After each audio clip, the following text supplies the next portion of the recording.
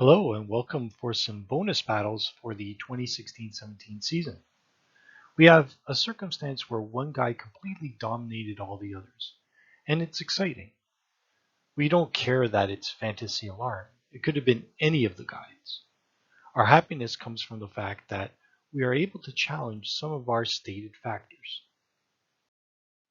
Specifically looking at three factors: common thinking, strength of competition, and draft position.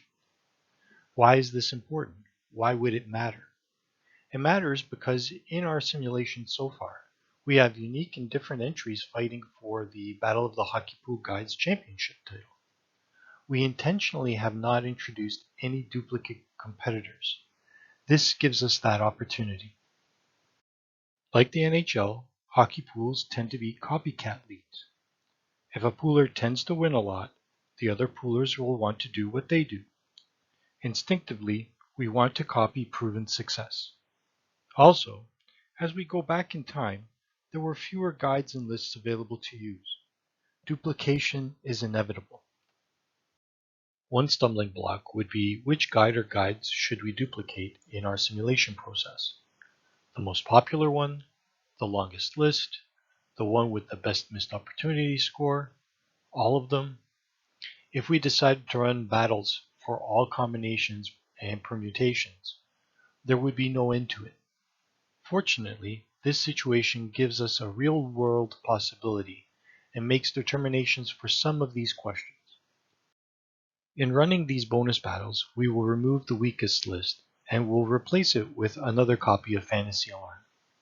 We will stop when we have a guide that is not Fantasy Alarm win at least once. Fantasy Alarm was the strongest list, so if there's any guide that could weaken its chances of victory so that other guides could earn victories, it would be itself. What would happen when another pooler has the same list or thought process as the winner? How do the results change when the strength of the competition improves? And does draft order position matter? This is what we hope to answer. This is our starting point. We replace ESPN with another copy of Fantasy Alarm and rerun the simulation.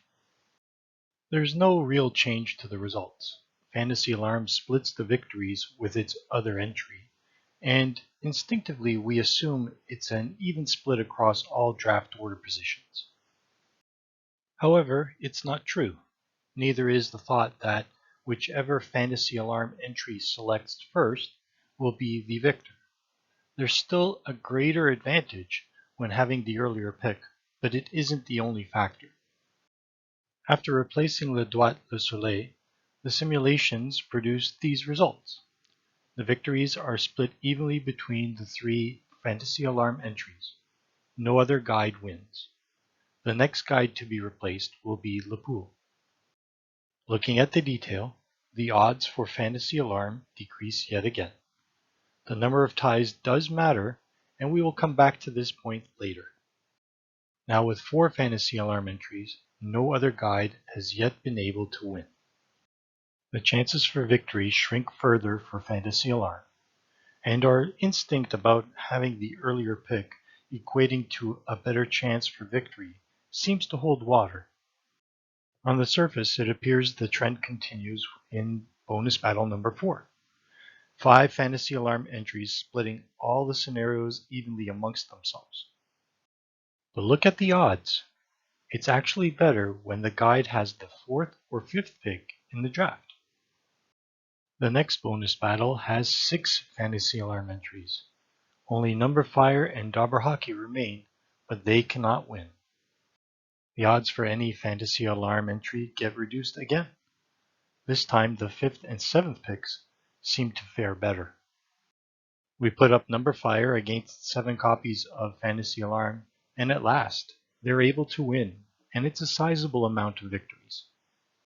In this set of simulations, it's better to have the end picks than the earlier ones. People who like having the wheel pick can rejoice.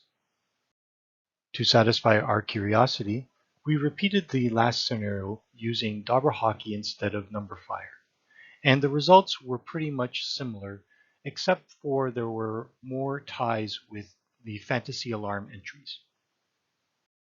Once again, there were better odds with the later picks instead of the earlier picks, although we are making some assumptions here too. Regarding ties, I assumed that there would be many three-way, four-way, and more ties, but that's not the case. When there are ties, it's only between pairs of Fantasy Alarm entries. We also assume that the results by draft position are evenly distributed across all draft lengths, but that is not the case. The next set of slides will illustrate the data through area charts. Each area chart represents one draft length. Our starting point is the 10-round drafts from the 2016-17 finals, and we move along through the results of each bonus battle. In bonus battle number 1, things improved for the first 3 picks. By bonus battle number 3, they have reached a peak.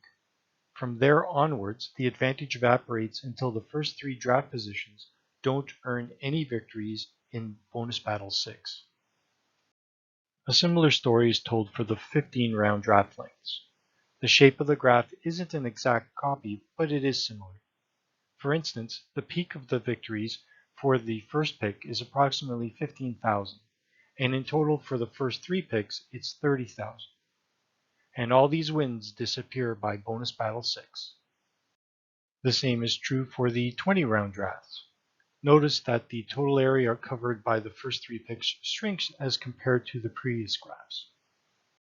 When looking at the 25-round draft data, we continue to see the same trend, but this time the peak is reached in bonus battle 2.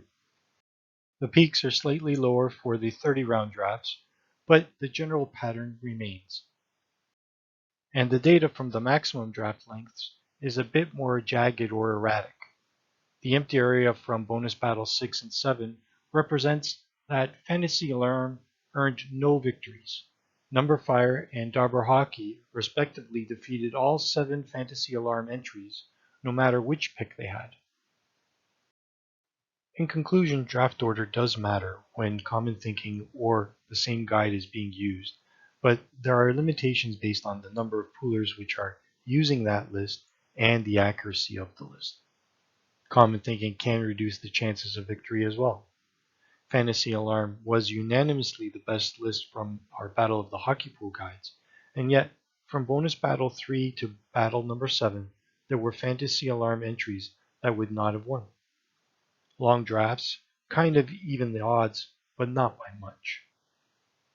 We can safely say that each of our identified factors were confirmed to hold true, but we learned how they are limited. Please consider liking the videos and subscribing to this channel. You can also look at my blog postings by going to www.hockeypoolguideaid.blogspot.com. Until next time, stay safe.